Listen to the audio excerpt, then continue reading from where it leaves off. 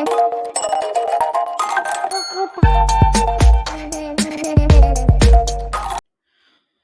Everyone, इस video में बात कर लेते हैं एडेलविस फाइनेंशियल सर्विसेज की। क्विकली एनालिसिस देख लेते हैं। चैनल को लाइक एंड सब्सक्राइब करना मत भूलिएगा। तो एडेलविस में आप देख रहे हो कि स्टॉक में आज ड्रॉप डाउन मोमेंटम देखने को मिला है और नीचे की दिशा में स्टॉक ने 14% का एक लो भी बनाया है कहीं ना कहीं, और इसी की वजह से हैवी सेल ऑफ स्टॉक में देखने को मिला। पूरा मार्केट ही रेड हॉट है आज। अब ये नहीं कहा जा सकता कितना फॉल आएगा, क्योंकि मार्केट में करेक्शन वो अपनी जगह है, बट एडेलविस भी आप देखें वीक दिख रहा था काफ़ी दिनों से। यहाँ पे आप देखें तो फॉर्मेशन समझिए पहले, आपको अपनी गलती का अंदाज़ा हो जाएगा। जो लोग इसमें ऑलरेडी फंसे हैं, मेरे पास 1-2 कमेंट आए थे एडलविस में, काफ़ी ऊपर है, बोले 80s की रेंज में अराउंड। तो यहाँ पे आप देखें तो स्टॉक नीचे वाली अगर ट्रेंड लाइन को पकड़ें तो ये ट्रेंड लाइन ने यहाँ सपोर्ट बनाया था, यहाँ भी बनाया, यहाँ नीचे ट्रेंड लाइन के पास आया, बट ऊपर से पहले रिवर्सल हो गया, यहाँ भी सपोर्ट बनाया और फाइनली यहाँ सपोर्ट ब्रेक करके आज नीचे की दिशा पकड़ ली। अब सपोर्ट तो आपको क्लियरली दिख रहे थे कि बन रहे हैं ऊपर की दिशा में। आप देखें तो ऊपर की जो ये लाइन है, ट्रेंड लाइन, ये हर्डल का फेस कर रही है। रिसेंटली जब स्टॉक ने ऊपर मोमेंटम पकड़ा, यहाँ से फिर से बाइंग शुरू हुई थी, उसके बाद स्टॉक 81 के ऊपर नहीं जा पाया, 81 से फिर रिवर्सल आया, फिर से स्टॉक ने हालांकि कोशिश करी यहाँ पे, बट 80 के ऊपर यहाँ फिर से नहीं निकल पाया। तो ऊपर की जो ट्रेंड लाइन है, ये एज अ हर्डल बहुत इंपॉर्टेंट हैगी, और ये जब तक हर्डल बनी रहेगी तब तक ऊपर की दिशा में तो फिलहाल एडलविस में कोई मूव नहीं आएगा। ये ट्रेंड लाइन ब्रेक होना बहुत इंपॉर्टेंट है।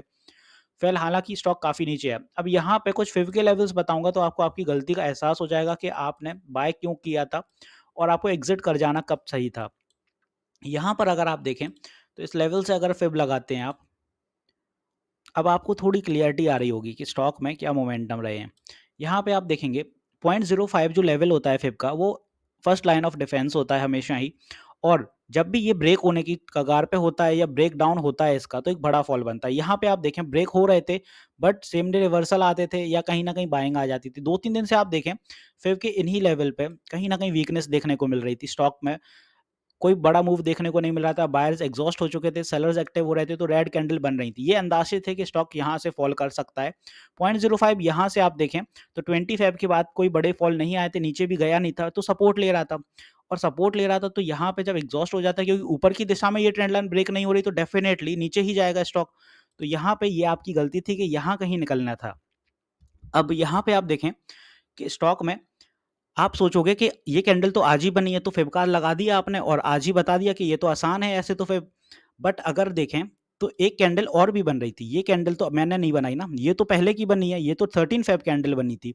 अगर इस 13 फ़ेब की कैंडल पे आप लगा लेते तो यहाँ भी वही मोमेंटम था। आप देखें 0.05 से यहाँ नीचे जा रहा था, बराबर नीचे था, और यहाँ पे सपोर्ट भी ले रहा था यहाँ 0.03 पे। तो यहाँ पे जैसे ही 0.03 एक हैवी सेल ऑफ के साथ आज गया तो बड़ी तेजी से नीचे गया। ये सपोर्ट भी ब्रेक हुआ 72 का, इसीलिए फॉल बनता चला गया। अब ये कहाँ जाके रुकेगा वो अभी नहीं पता, क्योंकि मार्केट अभी कितना करेक्ट होगा, एडलविस कितना नीचे जाएगा वो भी नहीं कह सकते। क्योंकि एडलविस में अगर आप ओवरऑल रिटर्न देखें इस लेवल से, जून से ही पकड़ें 23 के, तो एडलविस ने 153% के रिटर्न्स निकाले थे।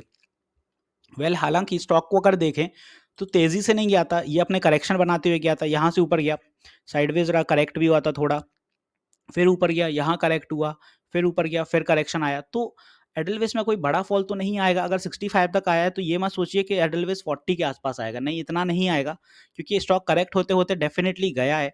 अगर ये फर्दर फॉलिंग बनाता है तो यहाँ कहीं इसका इंपॉर्टेंट सपोर्ट बनेगा 59 के आसपास, क्योंकि यहाँ तक ये ऑलरेडी पहले करेक्ट हो चुका है। तो यहाँ पे सपोर्ट डेफिनेटली बना सकता है स्टॉक, और ऑलरेडी वीकली टीएफ पे बियरिश था ही, तो ये इसको ऊपर की दिशा पकड़ने में ज़्यादा समय नहीं लगेगा। मे बी आप देखें मार्च एंड तक ये बुलिश हो सकता है आपका। यहाँ पे आज देखें तो ये अपने थोड़े बायर्स देखने को मिले और यहाँ पे सपोर्ट ले लिया, और फर्दर फॉलिंग अगर होती है कल भी तो आपको कुछ ये लेवल्स देखने को मिल सकते हैं।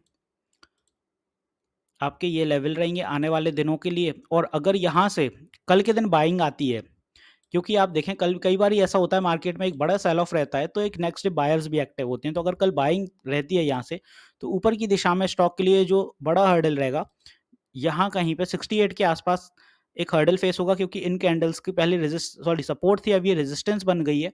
और अगर इसके ऊपर जाता है तो फिर आप देखें यहाँ पे कहीं 70 का फिर हर्डल देखने को मिलेगा। तो ये कुछ लेवल हैं हर्डल के। बाकी रही बात ऊपर की दिशा में, तो यही ट्रेंड लाइन आप मार्क कर लीजिए। ये ट्रेंड लाइन जब तक ब्रेक नहीं होगी तब तक कोई अपमूव आपको एडलविस में नहीं देखने को मिलेगा। तो होपफुली यहाँ मैंने सारी चीज़ें क्लियर कर दी हैं। सपोर्ट ये वाले हो गए अपने नीचे के, और ये रेजिस्टेंस। तो वीडियो यहीं तक रखते हैं, मिलते हैं नेक्स्ट वीडियो में। This is me Shubham Yadav signing off.